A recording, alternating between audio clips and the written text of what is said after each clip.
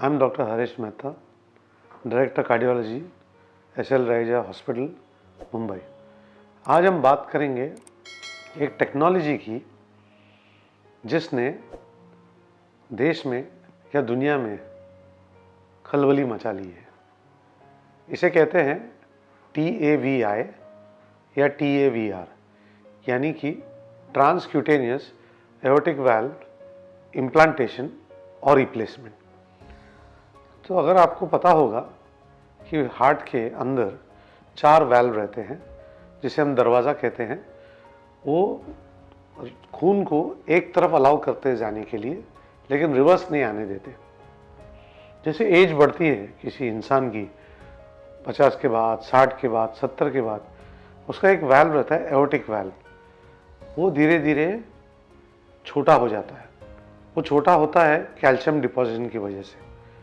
और कितनी बार सर्जन लोग कहते हैं कि ये जो पेशेंट आपने हमें भेजा है वाल्व बदली करने के लिए, ये बहुत हाई रिस्क है, तो हम इसकी सर्जरी नहीं कर सकते।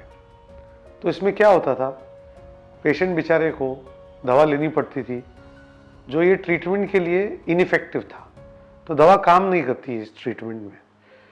तो वो बेचारे ऐसे ही चलते थे, सांस फूलता था, बैठ जाते थे, छाती दुखता था, बैठ जाते थे।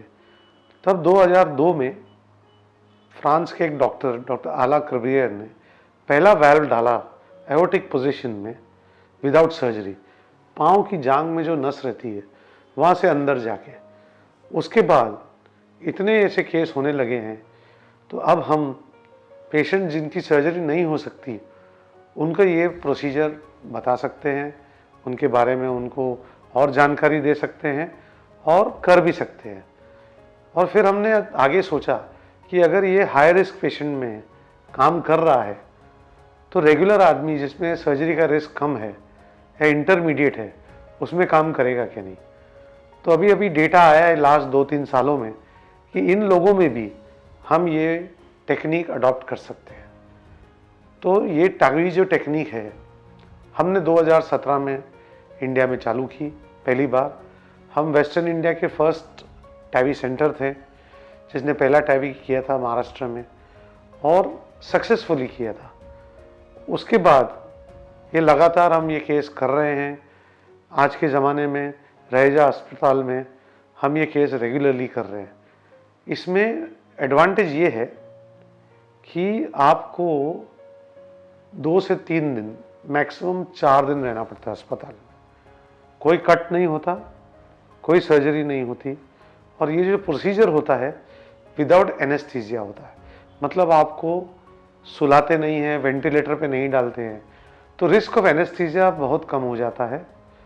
इसी वजह से सेफर है, रिकवरी इजी है और डिस्चार्ज जल्दी है। सर्जरी में 1 से 3 महीने लगते हैं पेशेंट को रिकवर होना, कंप्लीटली काम पे फिर जाना। और हमारे पेशेंट 2-3 दिन में घर जा सकते हैं, मैक्सिमम 4 से 5 दिन में, और अगले हफ्ते यानी कि 7 से 8 दिन में अपने काम पे जा सकते हैं, अपने घूमने जा सकते हैं, ट्रैवल कर सकते हैं। तो ये हुआ टावी के बारे में। अब ये हम बात कर रहे थे कि 3 और वाल्व रह गए हैं हमारे पास। वो 3 वाल्व का क्या होता है? अभी जो प्रोग्रेस हो रही है साइंस में, माइट्रल वाल्व में भी हम हेल्प कर सकते हैं, सर्जिकली, विदाउट सर्जिकली। हम ट्राइकस्पिड वाल्व में हेल्प कर सकते हैं, जो राइट साइड का वाल्व है, उसमें भी हम मदद कर सकते हैं। और पल्मोनरी वाल्व में तो करते ही थे बच्चों में। अभी ट्राइकस्पिड का एक बढ़िया केस बताता हूँ आपको। ये केस था, एक लेडी थी जो फॉरेन से आई थी।